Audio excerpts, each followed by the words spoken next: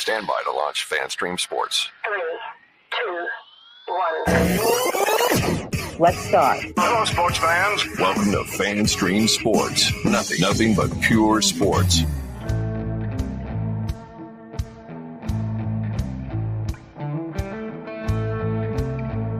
This drama contains adult language and partial nudity. Viewer discretion is advised. You are listening to the Drunk Sports Podcast, talking sports, current events, guy stuff, and everything in between. Now open up a cold one and drink along, because they're here. You can buy me a drink. We're all drunk.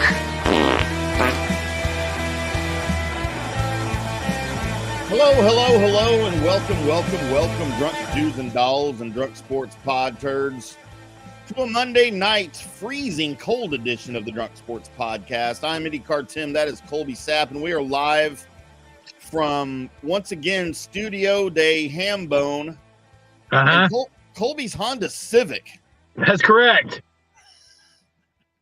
Colby, what has gone so terribly wrong? Spinning the wheel. What has gone so horribly wrong that you have to do a show from your car again? Well, besides the weather and that we're not in studio, I'm loud. I'm really loud on this. You may not be able to tell because Tim's also controlling the volume on this. But I've been taught proper enunciation and also volume by one Mike Fisher. Exclusive. And so, yeah, me in an apartment doing this show seems to annoy the rest of the people in that apartment because they actually can't hear their TV and or video game. Seems like a personal problem. Yeah, it is. But on the plus note, the only people I'm annoying out here is like the neighbors that are really close to my car. So yeah, nobody cares about them. Yeah. So there's that. We got a big show for everybody. A little bit of sports as the conference championship games are complete. We know who's in the Super Bowl. Still haven't decided if I'm going to watch the Super Bowl this year. I'm more of we'll get into it. I'm back here again like I was a few years ago with the Eagles and the Patriots. Like I really didn't give a crap. Is there any way both teams can lose? Oh, really? Well, for that one, I was. I mean, and everybody knows I hate the Eagles. I can't stomach watching the Philadelphia Eagles play football at all. It pains my football soul to watch them play football, especially on the biggest stage. But we've got some Cowboys news going on with some coaching changes. 8 Dallas Cowboys named to the Pro Bowl, which shocked me that there were that many, but when you look at the list, they're all fairly deserving. I'll say fairly deserving. Then we got a whole bunch of just crap we're going to do. We're dumping literally our playbook since we're so close to not any football. Just some Colby. I have the story of a man who married a 23-year-old woman who literally looks like an 8-year-old girl. What? Yes. That's the headline. And that's when things went wrong. The headline to this story is, "I promise I'm not a creep." Well, we'll see about that, sir. Right. The story of a man who, in a hormonal rage, swallowed a whole banana wrapped in a condom. What? Yep. The rapper / musical enthusiast Young Gravy is being sued by 80s pop star Rick Astley. And you would think it would be, well, clearly he sampled some of his music, so I'm suing you. Well, right. Yes, he did sample some of his music, but he had permission to sample said music. Rick Astley is upset about something else that he's suing him over. So we'll get into that. And also, everybody knows Fox Broadcasting Company has all the money in the world. And it's a good thing because 3 seconds of audio that went out over their network is going to cost them $500,000. And we'll get into that a little bit because that was interesting. Wow. And then I have an issue with a baseball team, Colby, in our division, in the Texas Rangers division in the AL West, and their new uniform decision, I take umbrage with, and I have to get this off of my chest because it may be the beginning of the decline of American baseball as we know it. That's wow. In my eyes. Okay, I was about to say. Because everybody knows I am one of the biggest baseball fans. It is my favorite sport, tied for first as my favorite sport. So we'll get into that a little bit. Before we kick things off, though, we do have a couple of notable deaths that I don't know if you have seen. Earlier today, I found out about one of my hockey heroes. Ah, yes. And the father of another one of my hockey heroes, as the great Bobby Hull, the Golden Jet, father to Brett Hull, who became labeled the Golden Brett, has passed away. I believe he was 84-ish. We'll say 84. I had thought about Brett Hull or Bobby Hull in a long, long time because it's been a long time since he played. But, man, maybe the best player in his game when he played, set a ton of records. Chicago Blackhawks kind of rewrote the game from an offensive standpoint, coming after some other guys who had done that before him. And I had seen him as recently as the mid to late 90s playing some old timers games. I got a chance to meet him here in Dallas once. And for me, one of my larger than life characters, one of my larger than life athletes. I don't get starstruck that often, if at all. There's been three people that I've been starstruck by. When I met Roger Staubach, right, and he threw me a pass that I dropped. It's a story we'll have to get into at some point. Bobby Hull and Johnny Unitas. Oh, the guy that has a haircut you can set your watch by. Kind of like Jimmy Johnson. He had the Jimmy Johnson haircut. Or at least he did at this point.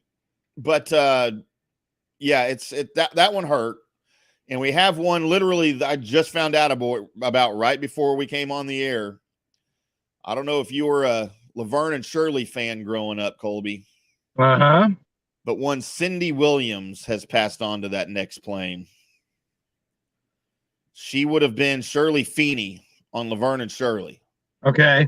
Of course, was in American Graffiti. She was in some episodes of Happy Days before Laverne and Shirley was spun off from that.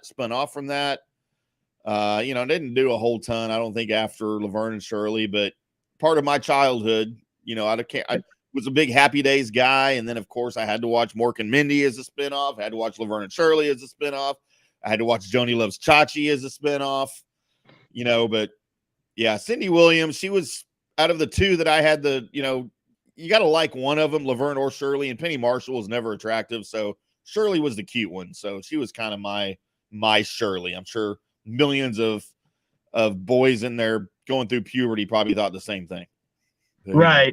I'll tell you this, not just because opposite guy, but I always thought Laverne was the one that was going to get the party started.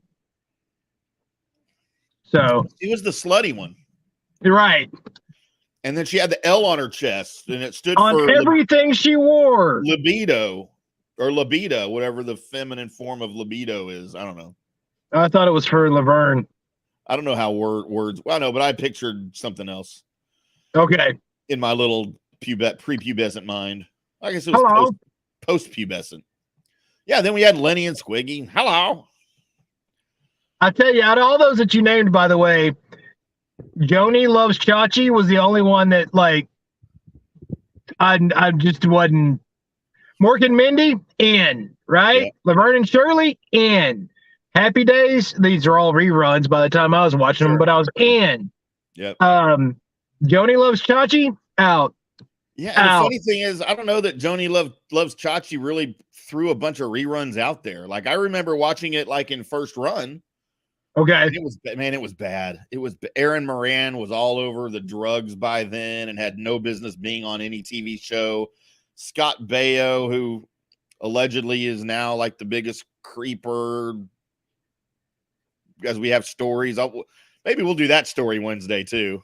Maybe so, because what? Charles in Charge is Creeper Man? On the set of Charles in Charge, there have been allegations from one Nicole Eggert about inappropriate conduct from Charles. Before or after she was under siege and popped out of a cake? That wasn't Nicole Eggert. Looked like her though. It kind of did. It kind of did. That chick's way older than Nicole Eggert though. Maybe we revisit Under Siege and see what all the cast members are doing right now. But you know what? So, anything like that, I am down for. Let's do it. So yeah, Cindy Williams, Bobby Hull, gone, no longer with us. It's a sad day. But we have Cowboys. Well, we don't really have Cowboys. We don't have Cowboys though. Colby, let's get into Pro Bowlers first. Okay. And we can go ahead and do the intro here, I guess. And now it's time for Around the Cowboys, where we discuss America's team, brought to you by the Drunk Sports Podcast. All right, Colby. So, Dallas Cowboys Pro Bowlers, which is weird to call them Pro Bowlers because you don't have a Pro Bowl anymore. No. A flag football game. So you have what they call the reimagined Pro Bowl, and I don't even know what they all are, but the Pro Bowl itself is now a flag football game to be played in Allegiant Stadium in Las Vegas on February 5th. So it's the week, but it used to be the week after the Super Bowl, I think. Well, now it's the week before. As far as Cowboys that will be in attendance, the original 7 that were named: Zach Martin, deserving. Yep. Yeah. CeeDee Lamb, deserving. Of course. What do you mean, Tony Pollard. Yeah. Yeah. Yeah. DeMarcus Lawrence. He's done all right. You go look at some tape. I would say, yeah. Yeah. Micah Parsons. Of course. Sure. Trayvon Diggs. I don't know I haven't looked at any of his stats as far as, completion percentage on and all that kind of stuff. But he was, besides the tackling issue, he was a good corner. Okay. Is the Pro Bowl for good players? Yes. It's supposed to be for the best players of that year. No, that's called All Pro. Which is another weird thing we should get into sometime. Why do we have so many designations? To clear up, because Pro Bowl, you make it because you make it. The All Pro is you're awesome. All right. Rookie Kavonte Turpin. Yeah, kick return. He was really good. I saw a lot of other guys this year that were way better at him in returning kicks. If he's not playing for the Dallas Cowboys, does he make the Pro Bowl? For his average return yardage, yeah. All right. I will defer to you, football guru. And then just the last day or two, I guess it was probably late yesterday or early this morning, another starter was named because the original starter, Jason Kelsey, will be playing in the Super Bowl. Right. They don't make the Super Bowl players obviously play in the Pro Bowl. So Tyler Biadasz will be a Pro Bowler. He had a good season. I think he kind of did. I don't have an issue with this. I really don't. I don't have an issue with any of these as far as saying they're Pro Bowlers or not. Now, it's the Pro Bowler in the NFL is kind of like you're a Hall of Famer in basketball. They pretty much let everybody in that wants to be in. Right. So if you're anywhere near the good marker, you're going to make it. Because the higher levels than you are, may not want to go or may be injured or something along that lines, and you start ticking off that list of who's better than, say, CD Lamb. Who's better than CD Lamb at the wide receiver position? If you can name, like 10 more guys that are better than him, maybe, or 8, okay. But it's, you got 4 or, receivers, 5 receivers on each side.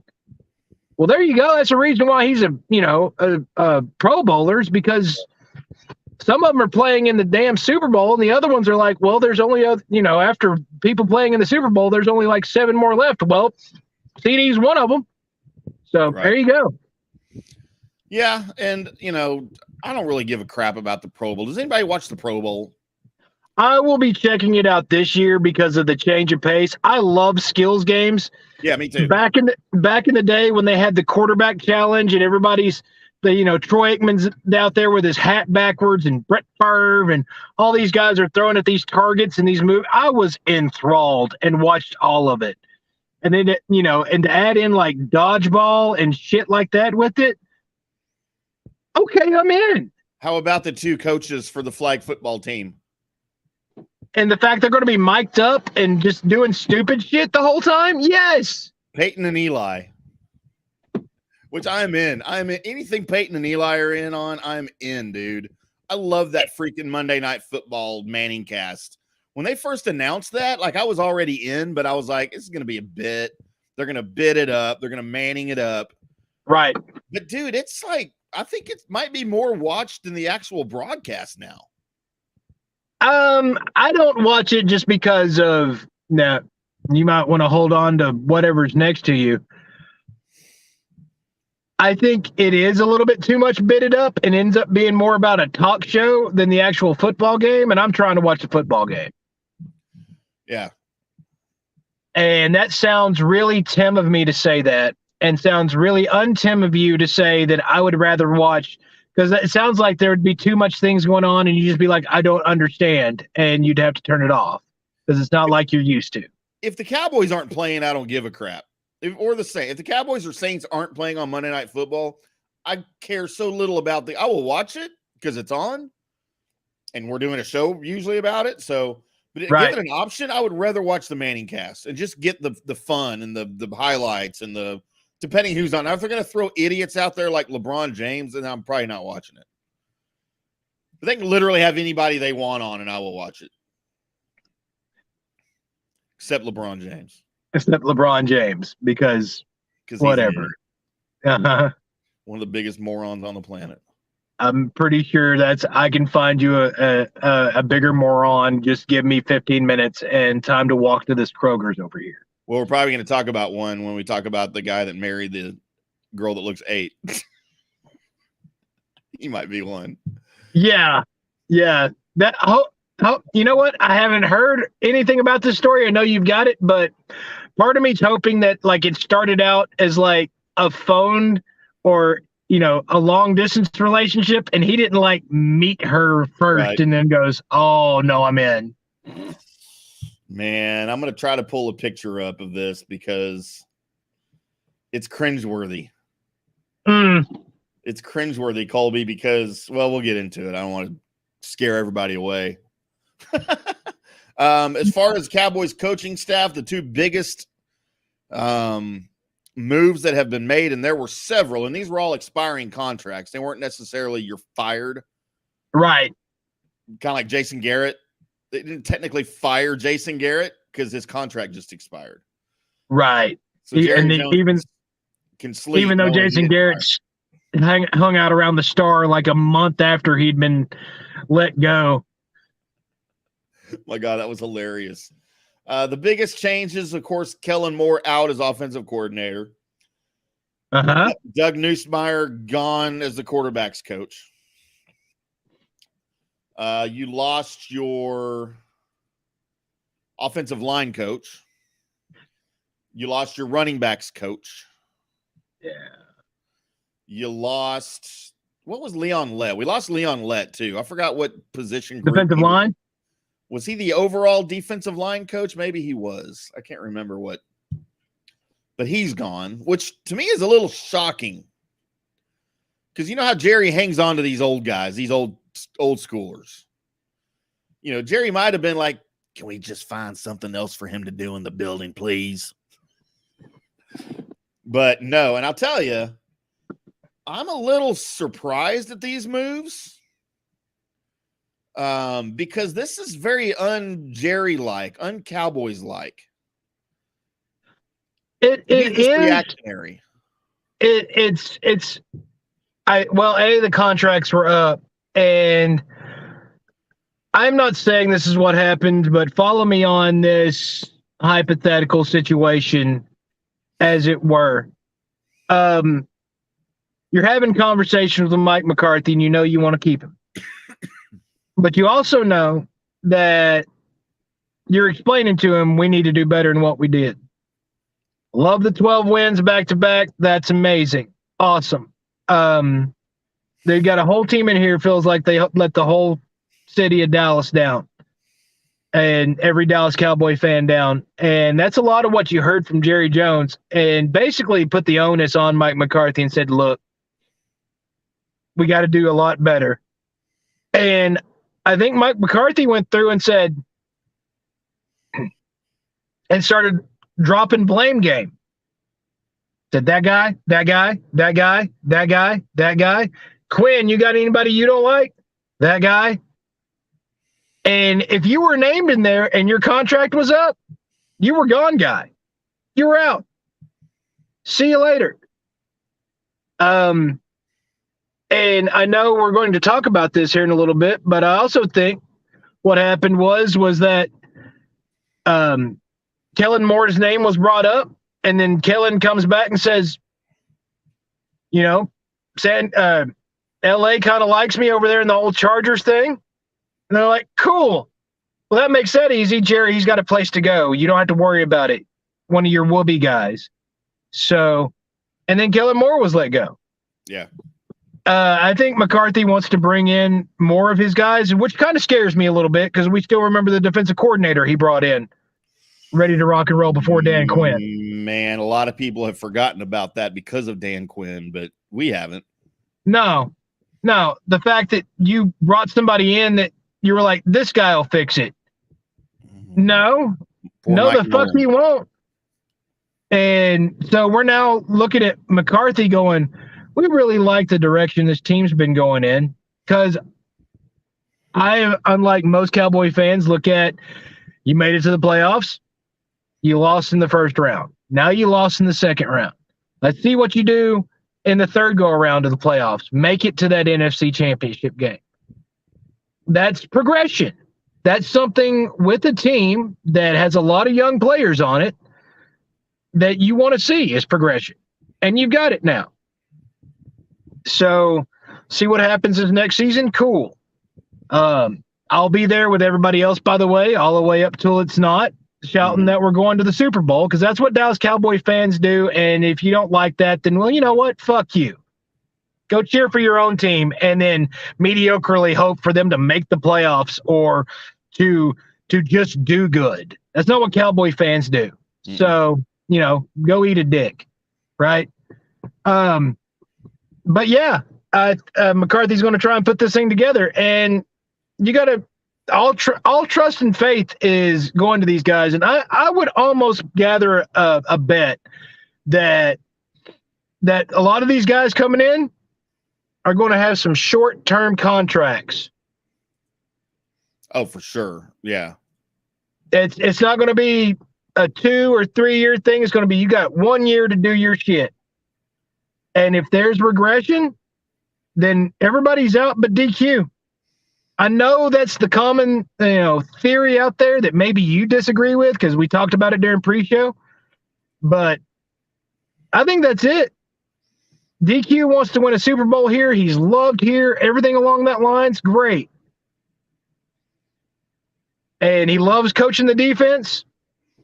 Awesome.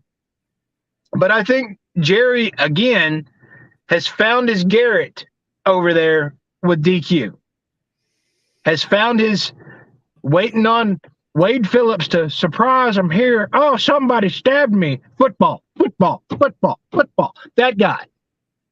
It's happening again.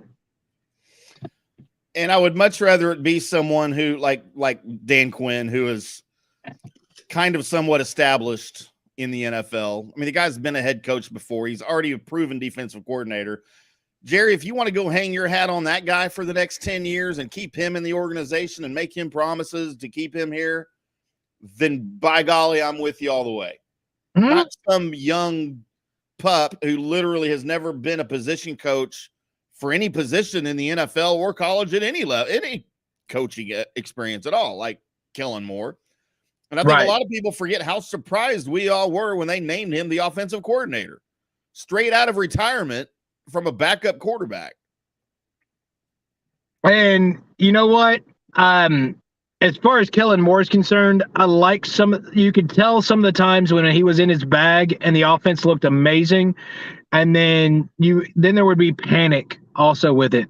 That's growing pains. And what you're going to see from that more than likely is him going to the Chargers and growing a little bit more. I don't think it'll be enough to make the Chargers, awesome. But personally, I think Herbert is the equivalent of Jeff George. I think that's on Herbert for sure. I think he's awesome. I think he's accurate. I think he's dead upstairs. And it's all nuts and arm and not a whole lot of brain cell. Yeah, and we disagree on Herbert. I think the guy has the skills and the ability to be awesome. He just needs somebody to teach him. I mean, look at the turnaround that Trevor Lawrence made when he finally got a coach. He went from looking very pedestrian to looks like he knows how to play football now. I see, and you and me differed on Trevor Lawrence, by the way. You kept waiting on T-Law to fail, and I kept saying he's a good quarterback. Yeah. He's got everything that you need. And his football vision is amazing. It's just that whole thing was in shambles. And we're starting to see the type of leader and everything else that he is. And he'll do nothing but grow.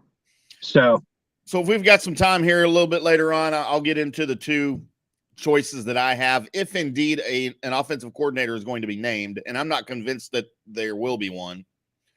Offensive coordinator?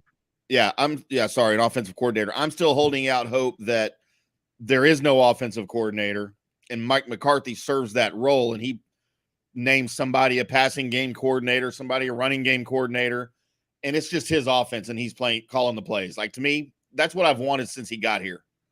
And I think that's what this offense needs. That's probably what Dak needs. Right. And if anybody can fix Dak Prescott, and let's not make any mistakes here, Dak Prescott is broken right now. That doesn't mean he can't be fixed. And I'm holding out hope that he can be fixed. And hopefully a lot of the things that he needs to be fixed is brought in through the draft. And because you need a replacement for Gallup because they need to check themselves on him. And you really need a good slot receiver.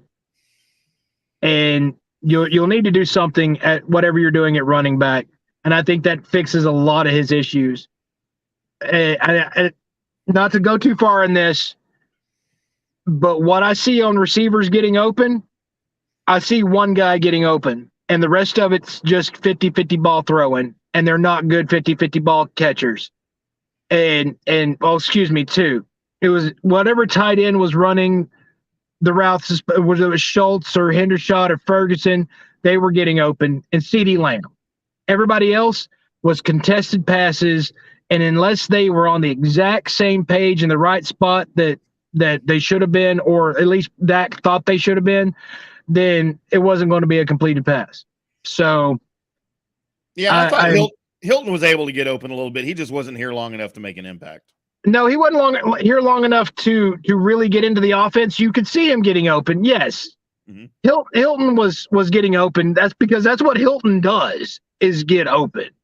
I don't think the rest of these guys, I mean, you can bark at CeeDee Lamb for his route running all you want to. He found a way to not be next to that defensive back more times than not. Yeah. So whatever that is, keep doing it. Just in the San Francisco game, he wasn't able to do that, but he was doing it more than anybody else. So, I mean, there's that.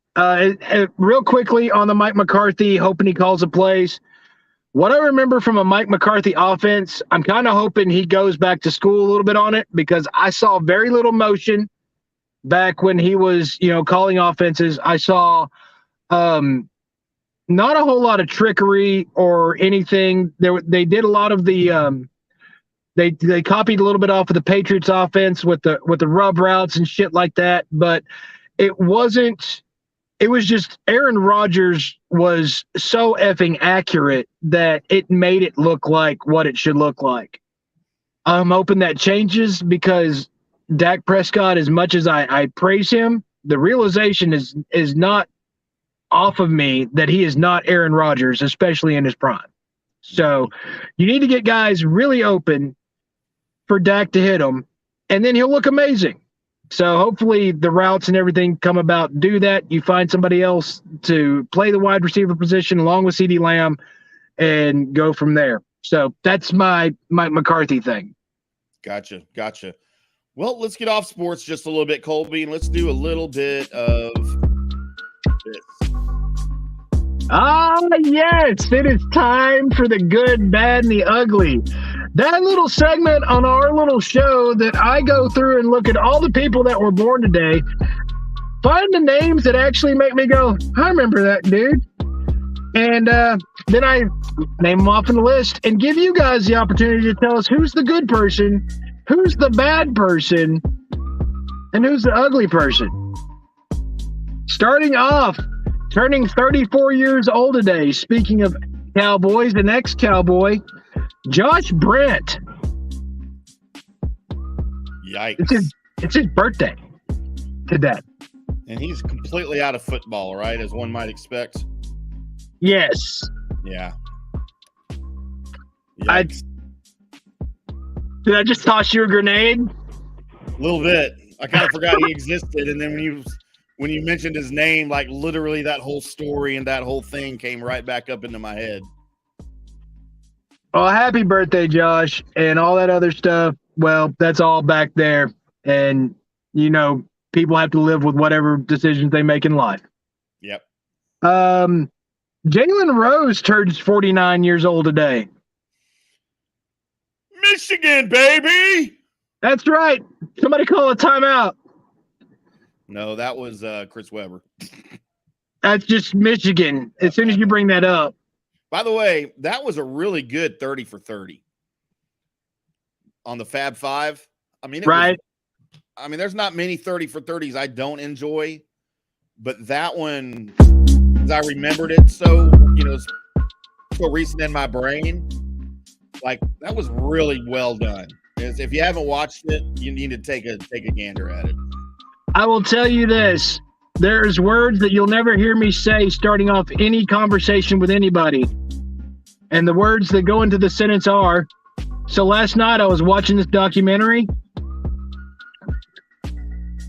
No? I love documentaries, man. Fucking hate them. I'm about to blow your brain up here. So on my TV that's right behind me here, I like to have background noise. All right. And I don't always want it to be talk radio or sports radio or a sitcom or something. There is a documentary that Ken Burns did on Benjamin Franklin that is a 2-part, 4-hour documentary. Oh. I bet you I have watched it, and I don't mean watching it just with it on, but I bet you I have watched it start to finish 50 times. I can almost recite it as well as I can recite Top Gun. And sometimes I will just turn it on because I want noise in the background. And it's just, who else doesn't like documentaries? This idiot right here. You're a smart kid. Documentaries suck. No, he's an idiot. Go play with your Lincoln Logs or something, whatever y'all kids do these days. I don't need to be schooled right now. I want to be entertained. Stop trying to inform me of stuff. For me, they're entertaining, man. I dig. I've watched all the Civil War stuff, anything Ken Burns does, I'm in. Even the national parks, Colby. I watched the one on the national parks. Payne Stewart passed away from this life in 1999. God, you're just double barrel shotgunning shit at me here now, aren't you? I am. Damn, that one hurts. 92 years old today, by the way. One Gene Hackman. How is Gene Hackman still alive? Because, Lex Luthor doesn't die.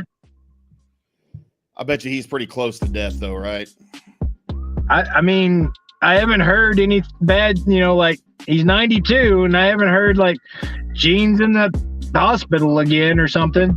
Like him and Clint Eastwood, right? They're both, I think, like 92, 93, whatever. Right. They're going to star in El Camino 2. That was a great flick, man. Phil Collins is 71 years old today. Susu Studio. What's the first song you think of when you hear Phil Collins? In what is it? I can in feel the air it tonight. Yeah. Sorry, I couldn't find "In the Air Tonight" in my brain. I just knew that. Waiting that whole time for that to kick over. Probably my least favorite Phil Collins song.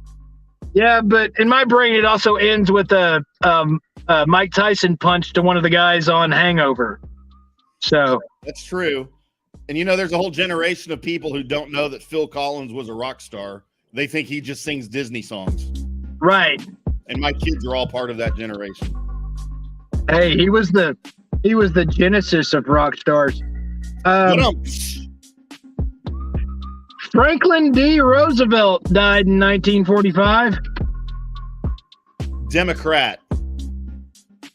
Heard that's what the D stands for. The New Deal, Colby. He was also the architect of the New Deal to get people out of World War II and get the economy back going. See, these are the things you learn from watching documentaries. And by the way, I've also watched documentaries on FDR. Well, you know what? I got to learn most of the stuff that you learned in that documentary in 2 minutes after I said his name, so I ain't got to watch it. So, and by the way, speaking of cousin love that we talked about a couple weeks ago, did you know that he married his 7th cousin? He married 7 of them? Not in Texas. Eleanor Roosevelt was his 7th cousin. Eleanor Roosevelt was also the niece of Theodore Roosevelt. Huh. I wonder how big of a stick he had to get. I hear he had a pretty big stick already. Wilmer Valderrama turns 43 years old. Or just Fez. Show. Yeah. And what's he done since? Then I think he's been in that 90s show for a little bit. Right. So nothing. Kid Cudi turns 38 years old today. Who? Kid Cudi. I don't know who that is. If I had the ability to play any of the songs from Kid Cudi, you would probably be like, I think I've heard that before. Oh, okay. 35 years old today, one Becky Lynch. That's your wrestler of this week or today. She's amazing. Is she hot? Actually, yes, but like in an angled sort of way. Her attitude, and I mean, she's damn cute. Her ring attire doesn't make it look like she's as cute because she wears a lot of shoulder pads and stuff like that. All right. But yeah. And finally, Christian Bale turns 48 years old today. I'm older than Batman? Yep. Wow. I did need to ask you on Christian Bale. You have seen the greatness of American Psycho, right? No, I'm not going to watch that show. I'm out. American Psycho? Yeah, I'm out. Isn't that the one where he kills everybody? You have to watch it. Isn't that the one where he kills everybody?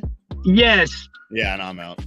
It's the darkest comedy you'll ever watch in your entire life. Yeah, I feel like it would all be lost on me. Like I don't know. It just doesn't appeal to me. It is so 80s that I think you would actually be like, no, I'm in. So should I watch like the first episode and that will tell me if I'm into it or not? No, it's a movie. I thought it was a TV series. What's the TV this series one. Yeah, this one's a movie, and it's Christian Bale's the star of. It's an hour and a half to hour and 45 minutes of your life. I'm gonna give it a shot. You're either going to think it's amazing or you're going to have befuddled face the whole way through it. I would not watch it drunk. No, drunk that's Tim. usually how I watch all movies. Drunk Tim ain't catching. No. I mean, Drunk Tim did watch 20 minutes of Superbad thinking it was Sucker Punch. Yeah. Before I realized there's no hot chick with a sword in this movie. Not one of my more proud moments. All you right. had plenty of those. Am I going first? Yep. Well, my good, and I've got a couple of options here. I could go with Phil Collins. I'm a big fan of his whole catalog. Could go with Gene Hackman, one of the greatest actors of all time. Could kind of go with FDR because he did, get us out of World War II and he served 4 terms, the only president to serve more than 2 terms ever. But Colby, there is no question Payne Stewart is my good. Local guy, played at SMU, the Knickers. I played on the golf team in high school, and I wore knickers because of Payne Stewart. Payne Stewart is the reason why I bought golf cards back in the day. The cards, the trading cards? Yes. Yeah. My bad. Josh Brent.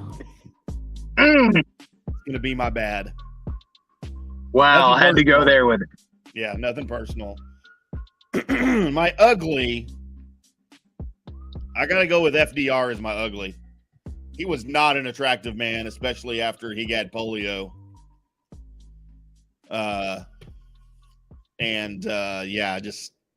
Just an ugly human being. My good is one. It was a toss-up between Hackman and Christian Bale, and I got to go Christian Bale. I figured. Even though I didn't like his portrayal of Batman, I did love his Bruce Wayne. So, and plus, American Psycho was amazing, and everything else he's been in is stupid awesome for the most part. He might have been my good simply for the fact that he was in Equilibrium. That's one of my favorite movies of all time. He was really good in that. Like I said, American Psycho, 3:10 to Yuma, I thought he was really good in. So there's a bunch. And also, what was it? Dragonheart, I think it was. It was him and Matthew McConaughey fighting dragons. Reign of Fire. A bald Matthew McConaughey. Who jumped at a dragon with an axe. It was amazing. That's right. My bad is Jalen Rose. I don't like his basketball commentary. I really don't. I don't like his glasses. And my ugly will be, and he made money off of this, and he wasn't a pretty man. Never thought he was. But he's not supposed to be pretty. Gene Hackman. Mm-hmm. He just didn't ever play the awesomely. It just was, I'm Gene Hackman, and I'm here in this movie. Even when he was younger, he didn't play the handsome leading man roles or anything. So, there's my list. Let's get into real quick, since I didn't do it before. Let's get into some Facebook birthdays, because I got a couple here. As Buddy, friend of the show, friend of From the Rough, Chris Kohler, who is the golf pro out at Glen Eagles Country Club out in Plano, had a birthday. or had a birthday today. He's 37. My junior high and high school basketball coach, Colby, Coach Bruce Armstrong, turned 65 today. Wow, and he played for the Bills too. Yeah, he did. Let's get into Saturday's birthdays. Eric Chiafolo turned 29. Turned 29 years old. And one of my early crushes from Griffin Middle School in the Colony, Texas, Shannon Gibson, had a birthday on Saturday as well. I believe she's my age, so probably 51. And then finally, author Jim Dent had a birthday yesterday on Sunday. Can't forget about Jim Dent. We've got some other ones for everybody on Wednesday night, though, coming up then. But there are my Facebook birthdays for you. And real shout out for one Eric Chiafalo. If you ever run into him, understand that you're probably running into one of the nicest guys, honestly nicest guys that you're ever going to run into. Just understand that, because he's a super chill and cool guy. And I know, because my immediate thought when I first saw him is I'm going to have to kick this guy's ass. Come to find out, he's super nice. Damn it. I didn't have to. Dang it. So, I mean, when I first saw him in like the Crocs and he had the man bun and all that, I was like, oh, God, no. I'm kicking him right in the nuts first chance I get, and I'm beating the holy fuck out of this guy. It's just to make sure he knows who's the boss. Yeah. And then talk to him for like 2 seconds, and then 2 seconds I realized, oh crap, he's nothing like what he looks like. He's a really good dude. I concur. You've had more interactions than I have with him, but I concur. He's been a good dude. So Colby, tell you the story about a man. Oh, they're not married. They're dating. Who is dating a 23-year-old woman. Uh-oh. And claims to not be a creep. And then let me throw a picture up here, and you tell me what's wrong with this picture. Uh-oh. Oh, no. No, that's his. That's his.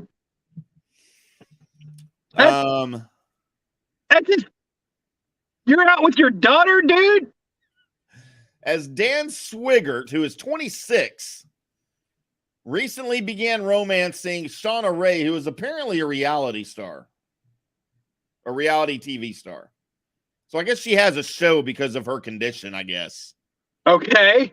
So now that's so again, this is full disclosure. This is one of those stories that I did not read ahead of time, that I saw the headline and I'm like, okay, we're going to talk about this, whatever it is. So she weighs, it says her growth was stunted due to treatment she received as a child for brain cancer. Oh, okay. She's 3'10" and weighs 50 pounds, and she is the subject of a TLC reality series, I Am Shauna Ray.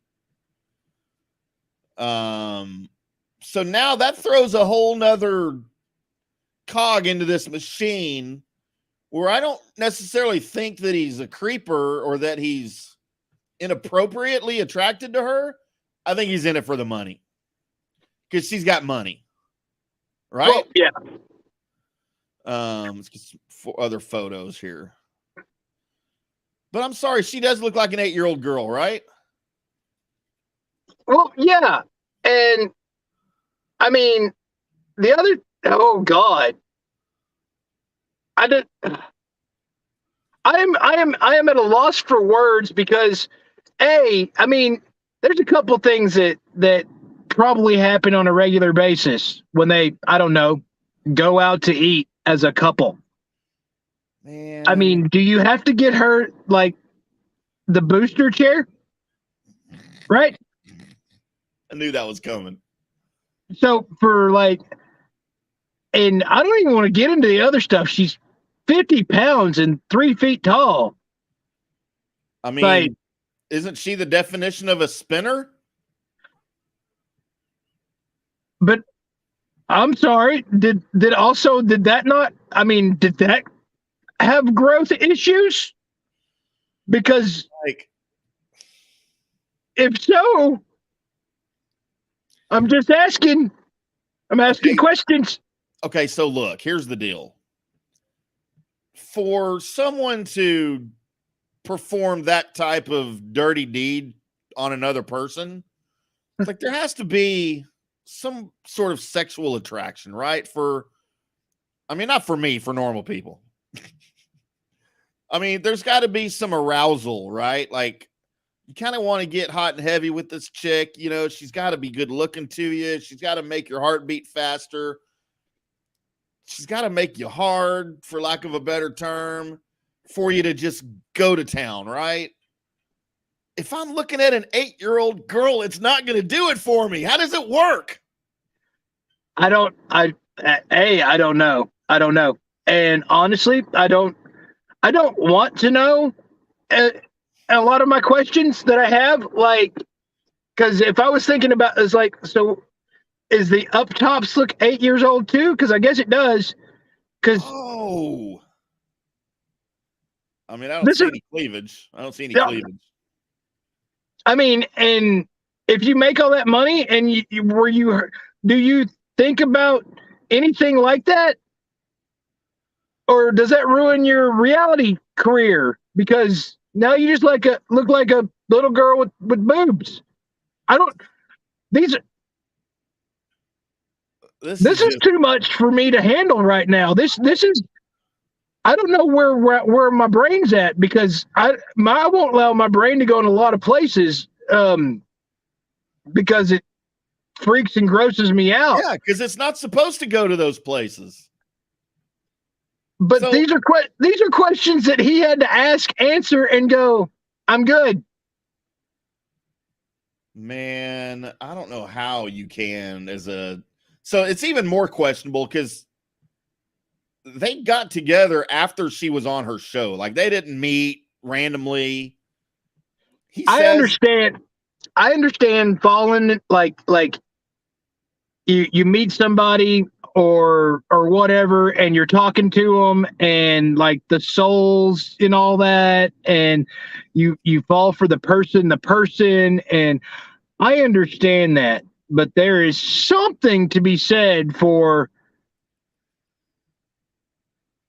you showing. I mean,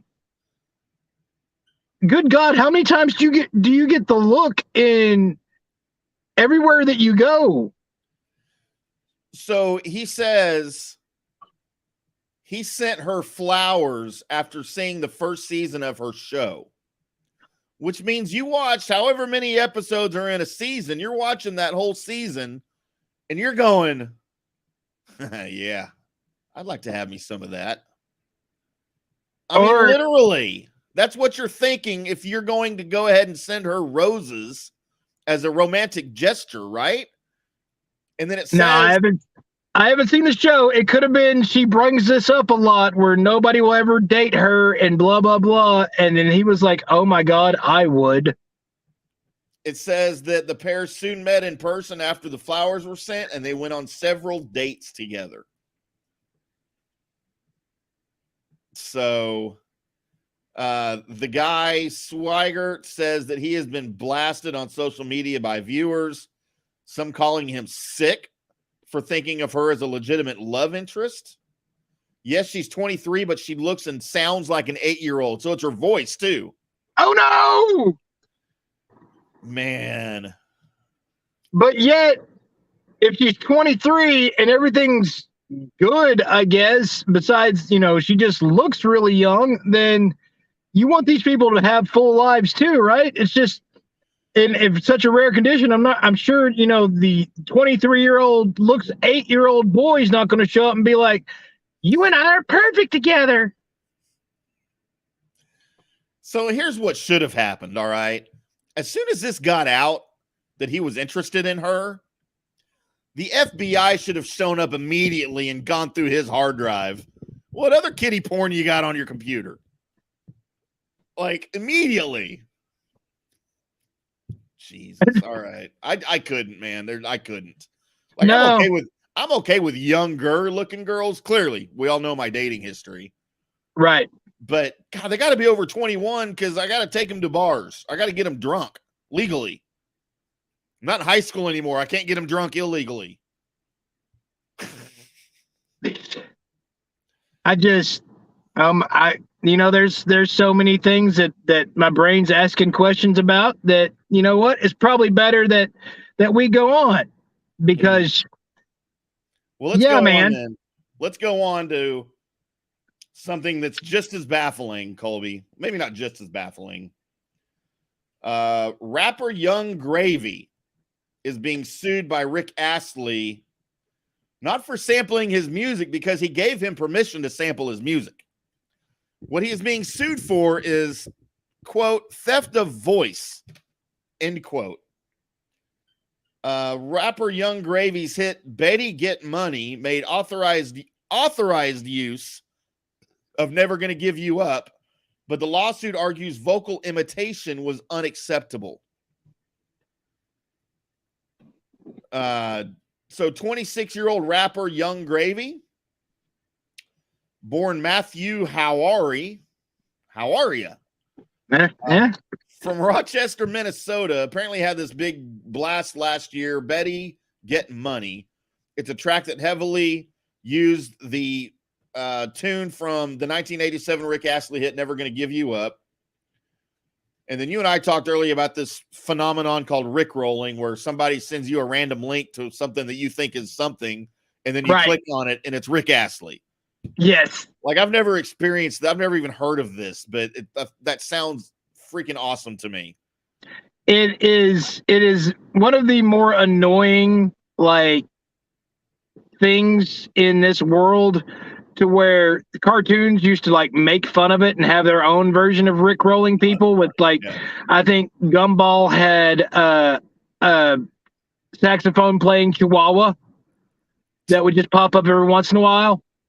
And it's along the same lines of you're watching something, you've got a video, you're like, this is cool. See a Tyrannosaurus versus a bear. And you're like, hell yeah. And then they start talking about it. And then there's Never Gonna Give You Up. And that's the whole thing. It's like, damn it. So the lawsuit states that although Gravy's use of the melody and lyrics of Never Gonna Give You Up was authorized by Astley, his lawsuit claims that he never authorized Gravy and his collaborator, it's weird calling a person Gravy, but whatever, Nick Seeley, to use his signature voice on the song.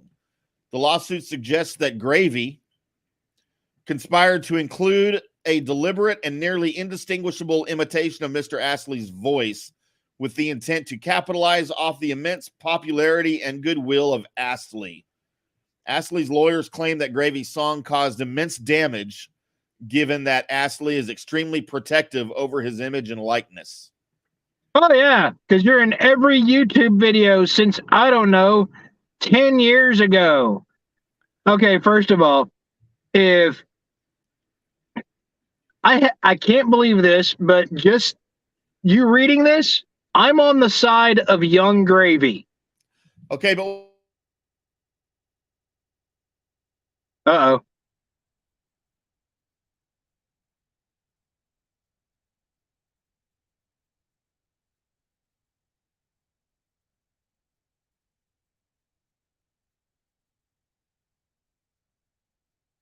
You are frozen. Either that or I'm frozen.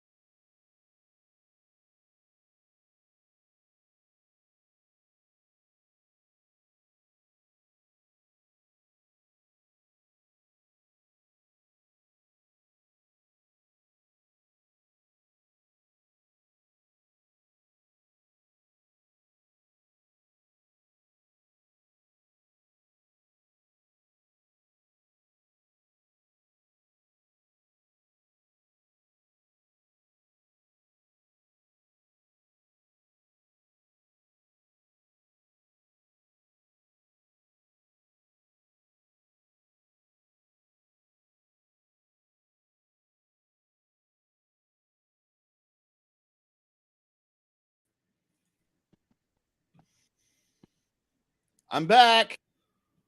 Yay! Yeah, apparently we had a power flicker here. All the electricity went out, and so it reset the modem, and it had to reboot. So You froze, and I thought maybe it was me, so I left the studio, and then I came back to a blue. It was me. Real quick before break, let's finish this up. So the interesting part of this is that Rick Astley does not own the musical rights to that song. Oh. Owners Stock Aitken Waterman granted Gravy and his collaborators the right to use the track, but denied a request to sample it, meaning that the rapper was not allowed to perfectly replicate any of the sounds of the original song, vocal line included.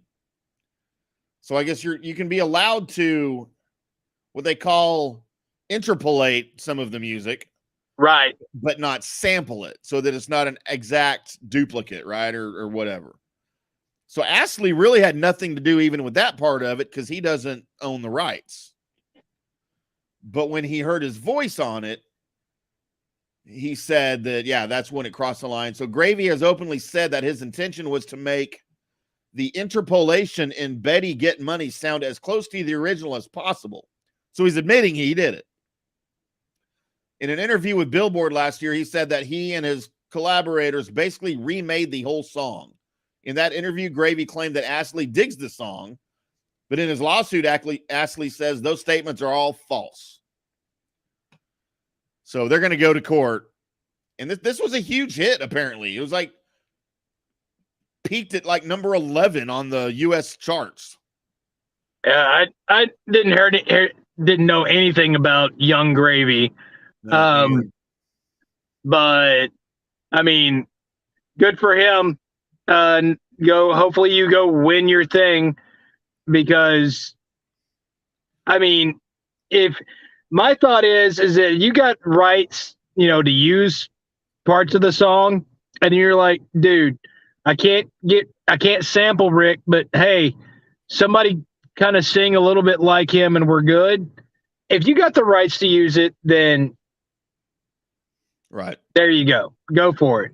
Yeah. And you couldn't sample it, you didn't, you recreated it, cool. And that's my thought on it.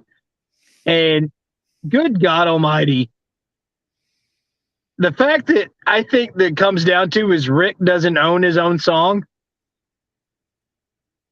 Yeah, I don't know how that happened. I don't know if he sold it or if he never had it and maybe the record company owned it. You don't know. But this sounds like to me like Rick's like, I think I finally found a way I can actually make money off of this bitch. So let me go get this guy. Yeah. So, all right, well, let's take a quick break, Colby. We're going to come back. I don't know that we'll get to the conference championship games. I don't know that anybody cares what we think about the Bengals and the Chiefs and the Eagles and the Niners. The Niners are proved that most of their team is a bunch of bitches. That has happened. That happened real fast today for sure. And then, but we definitely have to talk about a man who swallowed a banana whole as it was wrapped in a condom. Yeah. And we definitely have to talk about Fox possibly being fined over $500,000 for 3 seconds of audio that appeared on their network. We are the Drunk Sports Podcast, and we will be back after this. Yeah. Hello, sports fans. FanStream Sports. Jeeves Law Group. I've known Scott Jeeves for quite some time, and he's just like us, a huge college football fan, but he's not just another PI attorney. He is a ferocious advocate for his clients. Scott Jeeves is a board-certified civil trial lawyer and a certified circuit court mediator practicing in Tampa Bay for over 30 years. He is an AV preeminent rated civil trial lawyer and certified circuit court mediator. Folks, these designations are not just given out. They're given only to the best trial attorneys. But more than anything, Scott takes these cases personally. I've heard it from his clients. He's a fighter you want on your side. Insurance companies hate it when they see you're represented by Jeeves. He's just different. 727-894-2929 or go to JeevesLawGroup.com. That's JeeVes lawgroup.com and tell them JP sent you. Guys, let me tell you about Bay Area Modern Medical Center.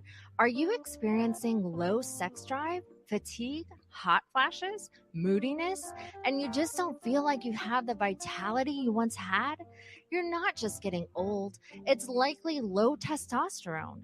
Studies over the last 20 years show a shocking decline in younger males aged 16 to 39. Older men have seen a sharp decline as well. Do something about it. Go see my friend Christopher Lugo at Bay Area Modern Medicine. Testosterone replacement is not a frivolous treatment.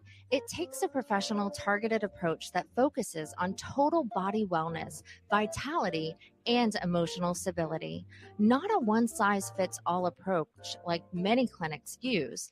They will monitor your blood work and adjust your treatment as needed for optimal results. Call 844-977-3477 or go to BAMMC.com. Now is the time to make sure your home insurance is in order. In the last year, many of us have made improvements to our homes. So call the folks at Italiano and discuss these upgrades to make sure you have enough coverage. According to a recent report, almost 64% of homeowners don't have enough insurance on their home, which is their most valuable asset. Also, a great time to make sure you have flood insurance. Even if your mortgage company does not require flood insurance, your home could still be at flood risk. Another big item as we enter hurricane season is making sure your pool enclosure is added to your policy and there will be no issue at claim time. That happens a lot. So call your friendly agent at Italiano Insurance to review your policies today. 813-877-7799 or ItalianoInsurance.com. Attention, if you are home shopping or looking for a refinance, and even if you already have the approval letter, you must call my man Scott Fitzgerald at American Mortgage Services. Scott has a brand new program available in the greater Tampa Bay area called the Community Advantage Loan Program. Get this, no money down, no mortgage insurance, no points, no origination fee, purchase or refinance, and loan amounts up to $647,000. Now, there are some application requirements. It must be a single-family home, one unit, primary residence, and have a minimum 640 credit score. The program only applies to certain neighborhoods, so you have to call to find out if you qualify. So call Scott Fitzgerald at 813-294-7595 or email him at scott@amstampa.com. Now, even if you don't qualify for that program, Scott will shop your loan around, get you the best rates, and won't charge you the huge upfront fees. And if you've had issues with your bank calling you back, Scott will return calls immediately or at least the same day. 813-294-7595 or email him, scott@amstampa.com. Scott Fitzgerald, MLS 386722, American Mortgage Services, 1000 North Ashley Drive, Suite 1020, Tampa, Florida. Coming back at you. Now, more Fan Stream Sports.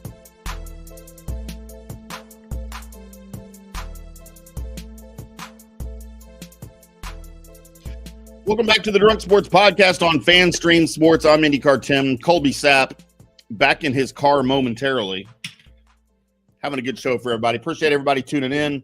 Appreciate you guys watching this thing live. Appreciate you guys that have recorded it or that have tuned in on the recorded podcast, on Apple, on Spotify, on all of those places where you can find us. We appreciate you very much. Make sure you find us on social media at Drunk Sports DFW. I'm at IndyCar Tim. He is at Colby Sapp with 2 P's. I am.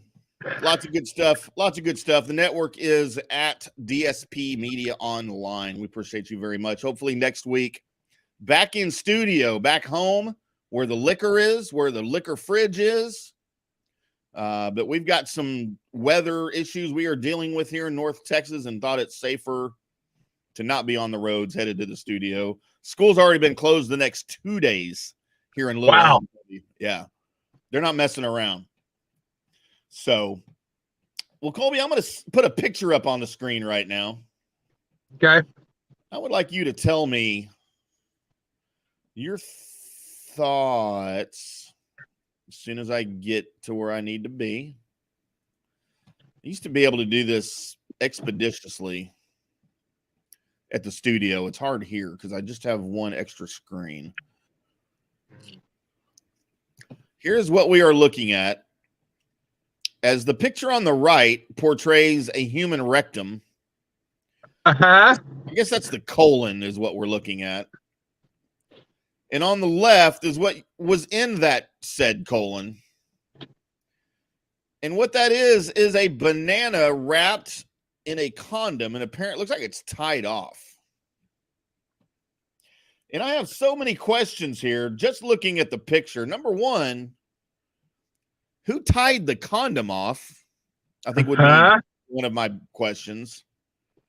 And number two, if they just pulled it out of your butt, why is it so clean and the little container there that it's sitting in so clean? Seems like it would be covered in like body stuff. And then where can I buy some of those little scissor things? I need to get me some of those. The little scissor things, yeah, you can get those probably anywhere on the internet. Just look up surgical scissors. I'm sure you can find some. Okay, first question is, how ripe was the banana when it went in? Or was it frozen? Huh. Well, did you have to? Let's get into the story here, Colby, as our headline reads. By the way, this is from the New York Post in their weird but true section. Okay. The headline reads, surgeons extract condom-wrapped banana man ate in hormonal rage fit.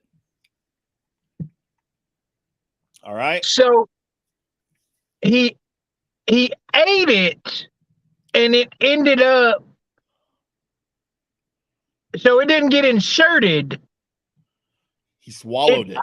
He swallowed it, and that made it through all of his system. He just couldn't get it to go all the way out. A 34-year-old man had to be hospitalized after eating a banana wrapped in a condom in a fit of rage, which resulted in a serious bowel blockage. A case study describing his banana's contraceptive calamity, deemed to be the world's first case of its kind, was published earlier this week in the journal Curious. Probably like Latin for curious or something. I don't know. The bizarre case came to light after the unidentified patient had reported to the hospital after experiencing abdominal pain, nausea, and vomiting. Well, yeah. No shit. Meanwhile, he wasn't able to tolerate any food or drink and hadn't had a bowel movement for over 24 hours. I mean, I do that all the time. Right. Well, especially because you have, I don't know, a banana blocking all of it from coming. I have to go back to the first part of this because the medical questions, yeah, they're there. But hormonal rage, what kind of rage causes you to, I'm guessing, put a banana into a condom, tie it off, and then somehow eat the banana and get it down your esophagus, chewing it enough that it can get mushed up and go down, but not chewing it enough that you actually break the condom for it to dispel some of its stuff out and, you know, get digested a little bit and be able to pass through your system. Because I would imagine, I'm just going to say this, I would imagine he is not the first human being on the planet to swallow a condom. I'm just saying. No, because either that or like small balloons, because we hear all the time about people smuggling drugs inside their bodies in small balloons, right? Right. And or condoms, and it comes all the way through, and then you have it later once you pass them. But I just don't, because you have to, when you do that, from what I understand, and not from past experience, that you have to not chew whatever it is because it's got drugs in it to get it down. You just got to basically just swallow it whole. So how'd this guy in a hormonal rage swallow a whole, I mean, if that's his party trick, that's probably popular with some crowds, right?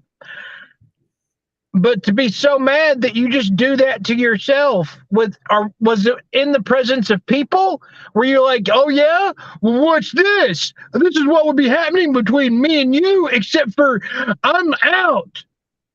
No. And you just swallow a whole banana.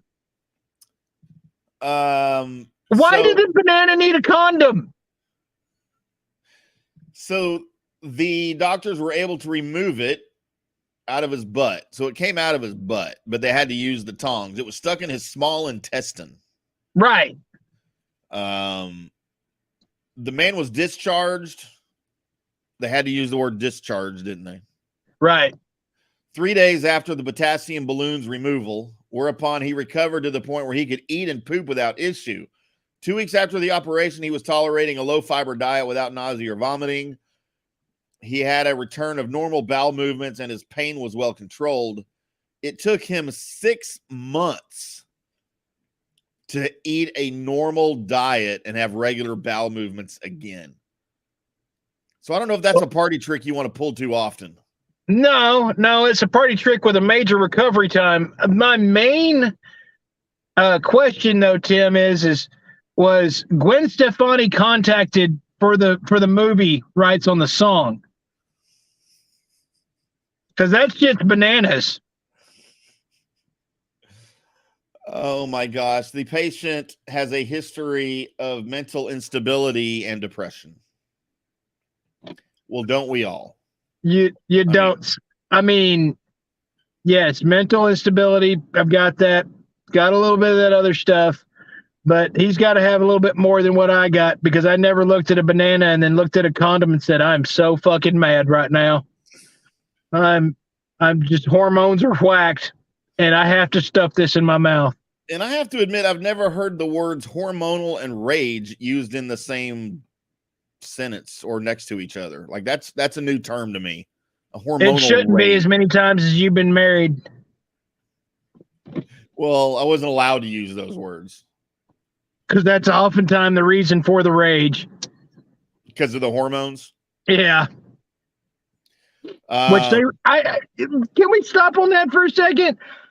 We need to change the name of that, because hormones actually sound kind of cool. Let's break that word down. But it's not really about any of that, is it, man? It's not. When you put those words together, it's kind of the opposite. Right. You're not really feeling like things are going good when, hormones, right? Normally, if the hormones, something good's about to happen. You're doing a good job, but most of the time when you hear it, you're not doing a good job. This is crazy. I know we weren't going to talk sports. I got a little sportsy thing here I need to talk to Colby about, though. Okay. You want me to go get him? You know, I am a baseball fan. Yes. Again, probably tied for my first favorite sport with hockey. I love baseball's history. I love studying box scores during spring training. I love the uniforms. I love everything there is about baseball. It's my thing. All right. Right. So Colby, you're familiar with the game. You're familiar with kind of uniforms and the history and, pinstripes and things like that. Typically, a baseball team will wear different uniforms on the road than they wear at home. Right. Right. You got your home whites and you got your road grays. Right. And then in the last, 15, 20 maybe years, you started having the alternates where you may have a dark colored jersey with either of the home white pants or the gray road bottoms or whatever, which fine. It took me a while to accept that. I wasn't on board. because to me it looks like a softball uniform. All right, it looks like a bunch of chick softball players out there with these colored tops and whatever, wearing blouses on the baseball field. But I've actually come to accept some of these uniforms. Like the Rangers, I love the powder blues. All right, I love the powder blues that they wear some Sundays at home. I liked the red tops with the white pants at home. I'm not a favor of the colored uniform with the grays, all right? If you're on the road, I think you should be wearing grays. To me, that is one of the most stable things of all of baseball. You're on the road, you wear grays, all right? You want to put pinstripes on them, Minnesota Twins, that's fine. I don't care. But I like the grays. But Colby, the Seattle Mariners will no longer have in existence road gray uniforms. They're gone. Huh. And this decision is based on a new policy set about by Major League Baseball and Nike. Leave it to Nike to ruin something good, because Nike makes all of the league's uniforms. Right. Under these new guidelines, a team can only have 4 jerseys and 1 City Connect jersey. Okay. All right. So like the NBA's city jerseys, whatever. I guess they're trying to do that. Before this year, they could obviously have spring training uniforms and pretty much do whatever they want in spring training, but they could have up to 6 jerseys during the regular season. So you could have your whites, you could have your grays, you could have a couple of different colors. You know, sometimes the Rangers would wear blue, sometimes they'd wear red. Then you have your powder blues. But because of this new rule, apparently brought about by Nike, because they don't want to make uniforms anymore, and the league agreed, the Mariners are now only going to have their home whites. They have a throwback home cream jersey, which I kind of like the cream, like the Giants wear. Kind of like that cream. They have an alternate Northwest green, which normal people call teal. An alternate navy. And that's it. There are no gray jerseys. Now, it looks like they're still going to have gray pants. Right. Thank you. At least something here. But on the road, their normal road uniform is going to be gray pants with navy piping and a navy jersey with gray lettering. That is replacing the gray jerseys. Go ahead. I am perfectly fine with this. And I know the grays mean away and have for forever. And it seemed like every time that I saw a team wearing the gray jerseys, it didn't do anything for me. It was, I much prefer I would like it if the home team always wore the whites version and the away team used their main color. I'm not just because it seemed like too much for me that every single team had gray in their spectrum. Just why? Yeah. Why? That's everybody. And it made no difference. I mean, basically the away teams could have been, you didn't know until like, if you had somehow you were playing the Cardinals and the next day you were playing the Angels. It's like, okay, they look the exact same. They're the same people until you like looked at either the scoreboard or the first person at bat's name or whatever. No, I need to know for sure exactly who's playing by how they look. And baseball always, I think it's a trend that needed to be broken. I really do. I like things that are pleasant to the eye, and gray isn't. It makes my heart sad because I know how these things work. One team starts the trend, and then others will follow. And I hate it. I love the road grays, man. I'm 100% opposite. I love the road grays. they don't all look the same. I can notice the difference from a mile away because not all grays are equal, by the way. No. You know, the New York Yankees grays are a little bit darker than some other teams' grays. Plus, you've got that super dark blue that almost looks like Chicago Bears blue, which a lot of people think is black, but it's not. It's blue on their trim. And then, you know, you got other blues. You got the Royals. You got the Rangers. I don't know. I love the grays, man. And you know what? I'll go a step further. I think they should bring stirrups back. I love the look of those old stirrups from the 70s and 80s and 60s. I think Nolan Ryan was the last player in the league to wear stirrups. I'm pretty sure it was Nolan Ryan. I liked, you know what? I'm a fan of the high socks. I'm a fan of the stirrups. I'm a fan of because you're only doing two things with those. You're about to go play some golf in Britain, or you're about to go play baseball. There's really nothing else you're going to be doing in that situation. Yeah. But you know, I mean, stuff does end up maturing, right? And now you've got the stirrup sock or whatever that does the same thing and holds up. The stirrup wasn't really a fashion statement. It was to hold your socks up. Yeah. That's what they were there for. Now we got socks that can stay up. So technology. We don't need that anymore. But the game needs to change a little bit. They also need to find a way to promote their stars more.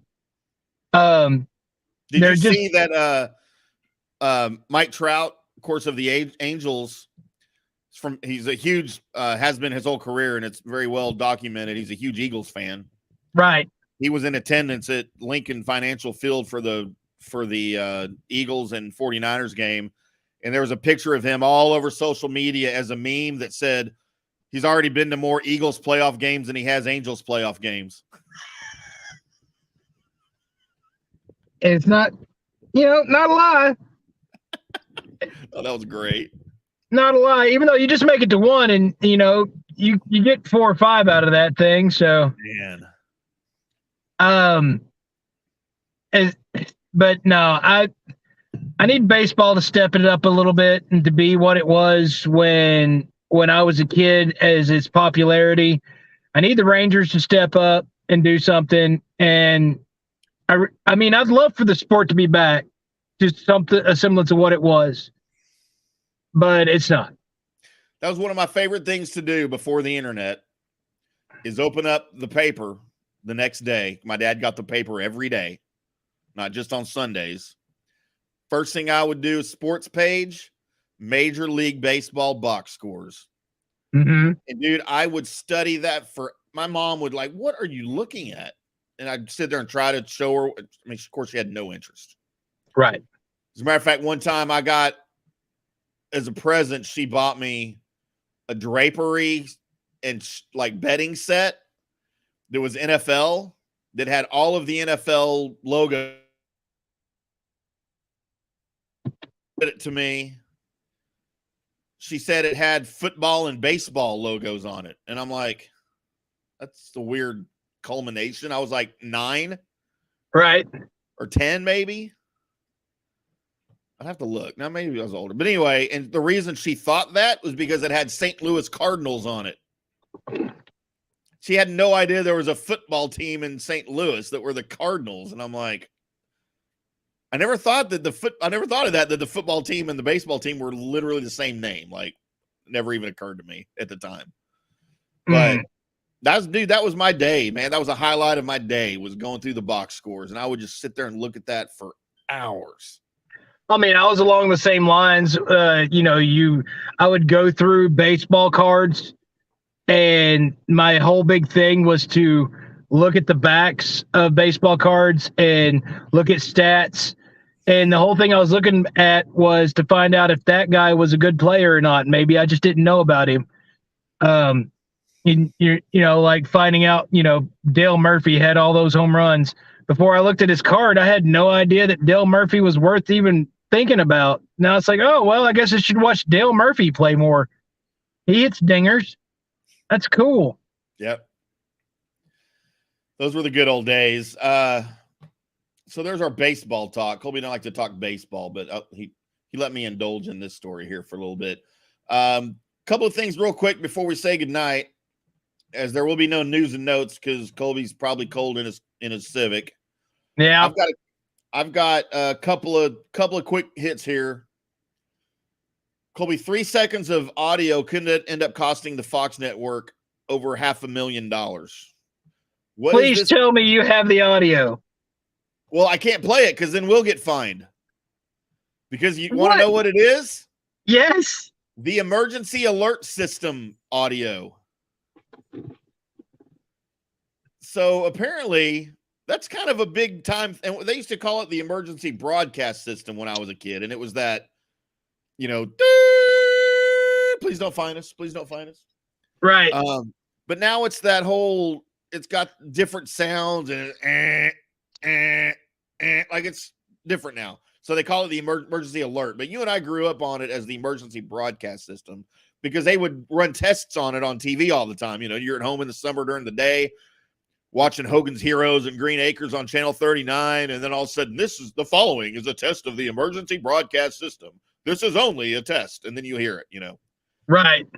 So apparently Fox used that sound, what they call the emergency alert attention tone, to promote an NFL broadcast on dozens of local TV stations. Oh, so dear. They were probably promoting a football game, and that sound was somewhere embedded in the video and what was on the screen. And now they're fining the network $504,000 for each channel it was on. So it'd be $500,000 for Dallas, $500,000 for Houston, $500,000 for New Orleans, wherever it was on. Because they play the emergency alert tone. And this is not new. This has happened before. Apparently, the Hollywood action film Olympus Has Fallen, which we're all familiar with. Yes. Good flick. Had to pay a $1.9 million fine in 2014 because they had it in the movie. In a movie. Were they fired off that system because Olympus had fallen? And it's on a movie. Holy crap. The TV show Jimmy Kimmel Live got fined $395,000 in 2019 for playing it on one of their broadcasts. Now, I have to ask: is this something that these people knew about, and they're like, we'll pay it anyway, right? Because is it something to where like they know as soon as we play this certain tone, everybody should pay attention, and maybe they just want everybody to pay attention so hard. Now the movie thing, I'm sorry, it's a movie. They're not. First of all, it's a movie on film, and you're not going to be in the theater, and all of a sudden the emergency broadcast system breaks over whatever movie you're watching. I don't see that happening. No, but I have some thoughts on why they don't allow it in movies. Because eventually that movie is going to be played on TV as the ABC Sunday night movie. And then you're going to be at home watching it on TV, and then all of a sudden that shit's going to go off. It'd be like War of the Worlds all over again. Mars is attacking. So you can't use that any other. I mean, but the test, they have the sound in the test. But they also preempt it with the words, "This is only a test." They don't do that when they're mimicking an actual disaster or whatever on TV and apparently Fox didn't even use the real tone. Fox admitted to using a 3-second clip in their shot that they pulled off of YouTube.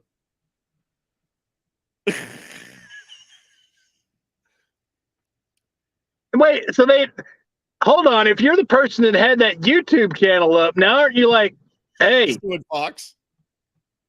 I need my money, guys.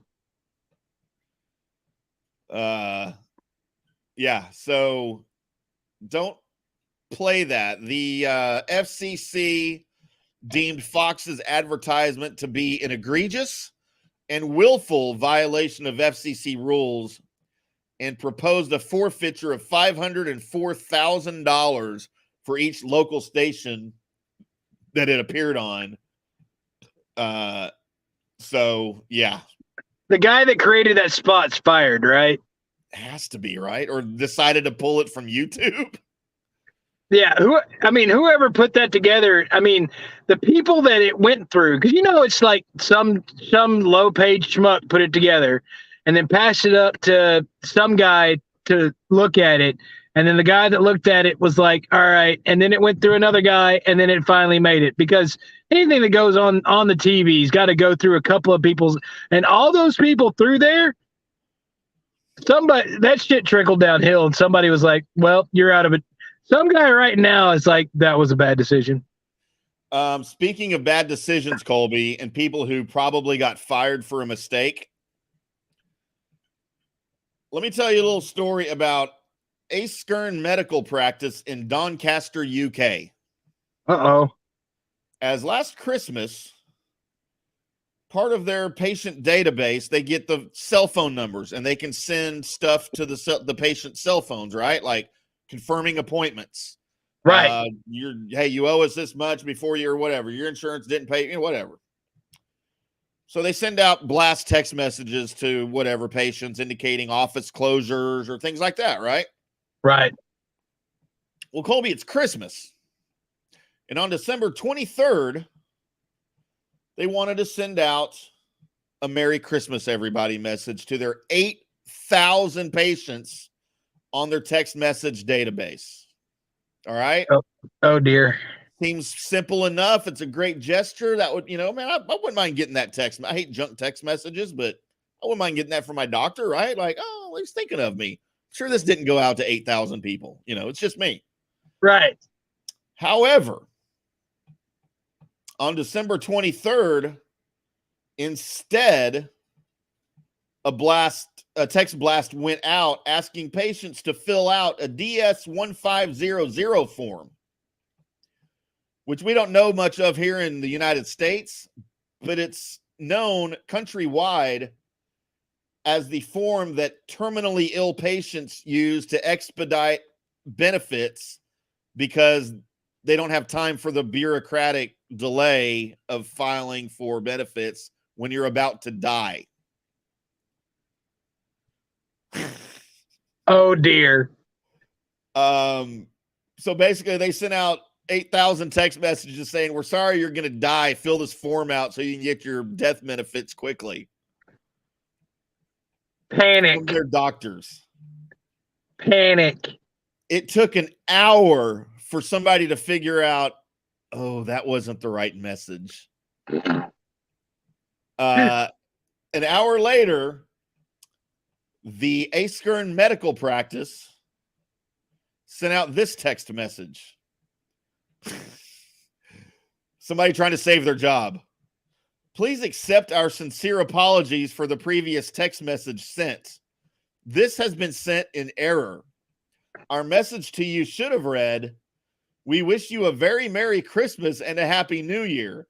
In case of emergency, please contact NHS 111, which is their 911, I guess. Right. On Tuesday, the practice took its apology public via Facebook. Quote, while no data was breached, we can confirm an admin staff error was made, for which we apologized immediately upon becoming aware. Again, an hour later. Askern Medical Practice, and it's said in its post, we would like to once again apologize sincerely to all patients for the distress caused.